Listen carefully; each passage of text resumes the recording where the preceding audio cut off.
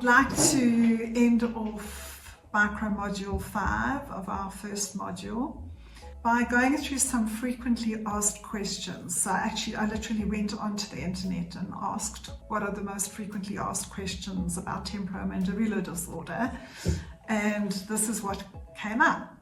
What could cause one to be diagnosed with TMJ? So we've been through all those symptoms that people can present with in order to be diagnosed with temporomandibular disorder.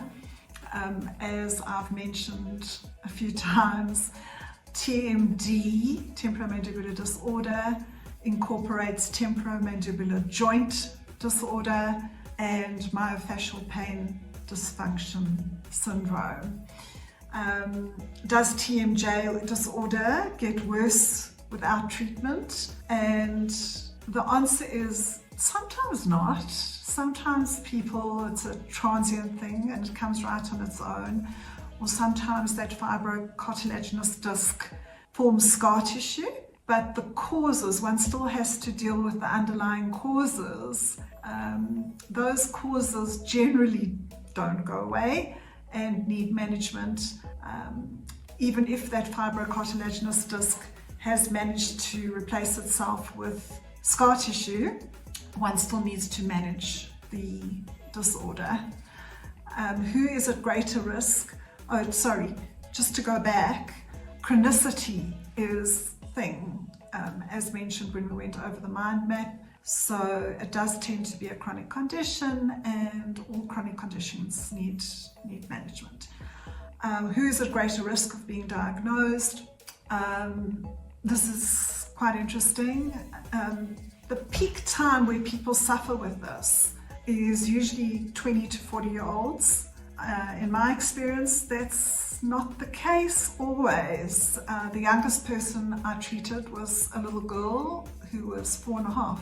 Very, very highly intelligent child, very precocious, and obviously very highly strung. And I'm not sure what the child's family situation was at home, but this little girl wanted to know everything about the world and had high expectations of herself at 4.5, and was clearly concerned about the status of everything around her, way beyond her years, but not always so healthy for one's temporomandibular disorder.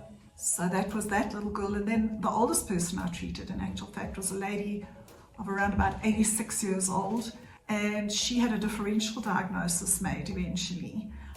She went to her geriatrician, and the geriatrician found an abscess of her parotid gland, and so he popped that abscess, drained the abscess, and her temporomandibular disorder went away. But it can affect geriatric patients as well, especially if they have false teeth or have lost teeth or are stressed or lonely, which are often conditions of older age. The interesting thing is, in America, at any point in time, up to 12% of the population, which is an enormous percentage of the population for having one disorder, they may have other disorders as well, but up to 12% of the population at any given point in time in America has temporomandibular disorder. So it costs the economy many, many hundreds of millions of dollars a year, if not billions of dollars a year. People do take time off work, and it also affects their quality of work in much the same way as it affects many other aspects of their lives. Women tend to have temporomandibular disorder about a rate of twice to men, and I've tried to think about that over the years. In fact, it goes for general chronic pain syndromes, is that women tend to suffer more than men. My own personal theory on that is that women tend to carry on. They go on no matter what. Their focus is on their families, not on themselves, hardly ever, and on their children. and their parents and the school and the shul and everything else and everybody else but themselves. And that's something that has to change in order to be a better anything, and certainly better at managing one's TMD. Does TMJ disorder last forever? The answer is, to some extent, yes, because it kind of always reaches a point where it's saying, hi, I'm here. Either your ear pain starts manifesting, or one's dizziness, or neck pain in association with one's TMD.